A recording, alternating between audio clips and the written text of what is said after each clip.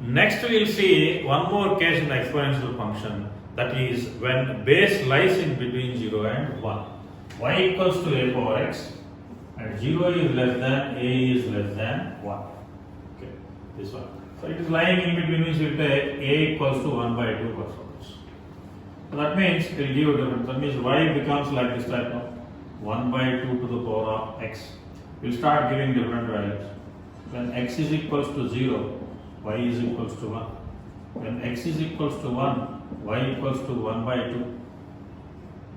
When x equals to 2, then y equals to 1 by 2 square means 1 by 4. X equals to 3, then y equals to 1 by 8. So keep on going. Next, I will start giving negative values. First, I will give minus 3. X equals to minus 3, then y equals 2. So what happens over there? See? So here we will get the structure like this. If we give minus 3 means we will get 1 by 2 to the power of minus 3. 1 by 2 to the power of minus 3 is nothing but 8. Now x equals to minus 2 if I give, that is 1 by 2 to the power of minus 2, whose value is 4.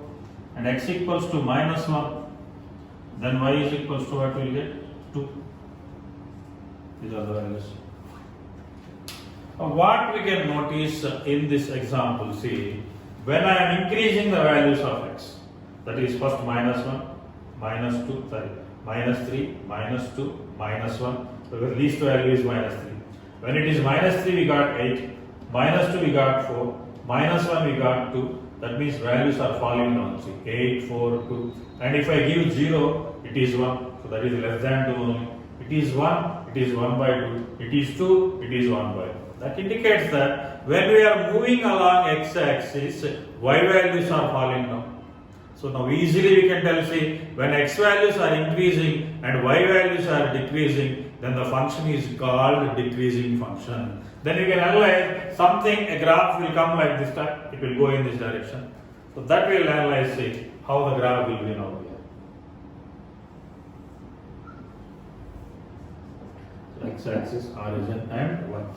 So here also see, even though base is lying here observe, even though base is lying in between 0 and 1, we won't get any negative output because that is the basic nature of the exponential function. Exponential functions cannot be negative. Here also always positive means whatever graph we will get, that is above x-axis only. Now does the graph cuts y-axis? If it cuts y-axis, x becomes 0. Yes, we have a valid value. If x equals to 0, y equals to 1, means there exists a point here where the graph cuts x-axis 0, 1. So here also if you observe, see, now when values of x are increasing, means more and more positive, y value is decreasing, steeping, and it will go up to infinity. That means your graph somewhere it starts from here and it will come and touches this one and keep on going and reaches to 0. So here more curve we will get. 100% accuracy not required, so understanding purpose is clear this one. So it is clearly a decreasing function. Okay. So here we can notice now, as I mentioned, this is the graph of y equals to a power x when a lies in between 0 and 1. Here if I take condition like this, that if a power x1 is less than a power x2, that implies x1 is greater than x2. Is it correct or not? Yes, sir. Yes, it is decreasing function. When it is decreasing function, f of x1 is greater than f of x2 means x1 will be less than x2, or f of x1 is less than f of x2 means x1 will be greater than x2. So take this one.